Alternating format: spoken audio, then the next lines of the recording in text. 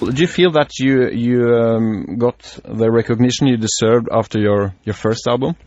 Absolutely, I must say so, because when we released that one, we had no idea at all what's going to happen. It was an album or a very extreme experimental style, and also actually not recorded in the normal ways that we were used to record. It was recorded on a track in a rehearsal room. So we didn't have really any expectations. We just had this thing that we musically thought was very cool, and we wanted to put it out and then see what happens. And so to answer your question, yes, it was really great. The feedback and whatever happened with that album.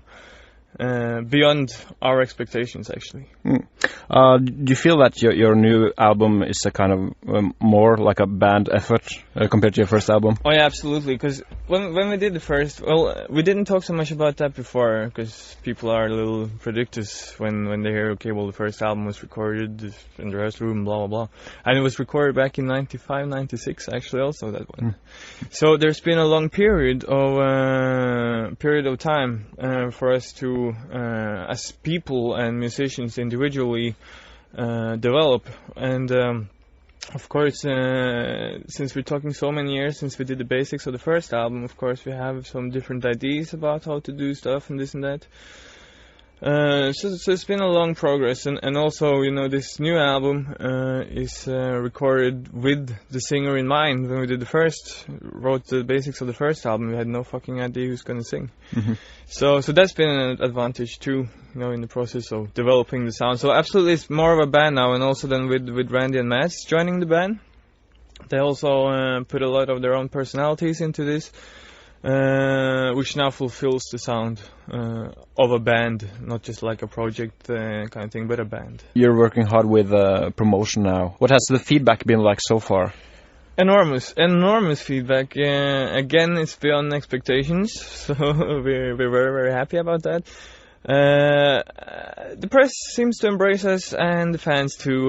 The album was just released a week ago now in most of Europe and Japan. So that's where we got the first feedbacks, and we already got the first chart placement, I think it's called, in France, which has been very cool. And now looking into get the album released in America, and future looks bright. To make it big, a band has to play live, and ARK has actually never ever played live so far. When can we see you on stage? I think the way things are planned right now, the first time we're going to be on the stage is going to be in June, but that's not going to be the full band, and it's not going to be an electric. That's more like a teaser for France, really, that we're going to do now. The first full-time show or electric show with ARK is going to take place in France also, I think, in September. I mean, it's very, very important for us now to get on tour, to meet the fans and be out there. So that's something we're really emphasizing, and it's under planning now, the European tour. And like I said, we now got proposed 10 days for France, where we're going to headline.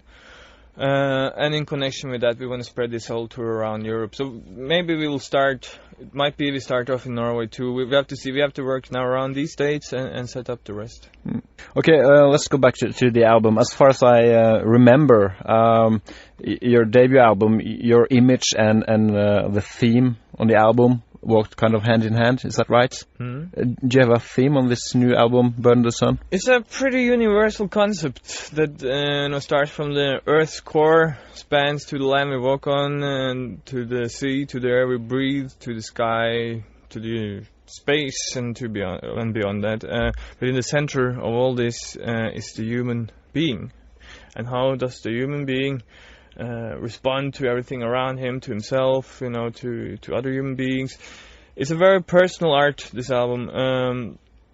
It's pretty much based upon our own personal experiences, in good and bad. I mean, this is the universal way we see the whole life, from the relation to relation. It could be a love relation to what's going on around the world, obviously around us, the people close around us, or it spans also out to how the world system works. So it's pretty much, goes from the capitalistic ways, of making the people slave in kind of a consumer society, consumer-oriented society, to environmental problems. But all this, you also you hear about all this in all these bands. People are aware of it, but it's still important to open up some eyes. But also, what's incredibly important in all this is to take advantage of your life. There is still hope, and rather be a little crazy and be yourself than follow the masses in the stream and the mass depression that's also going on around.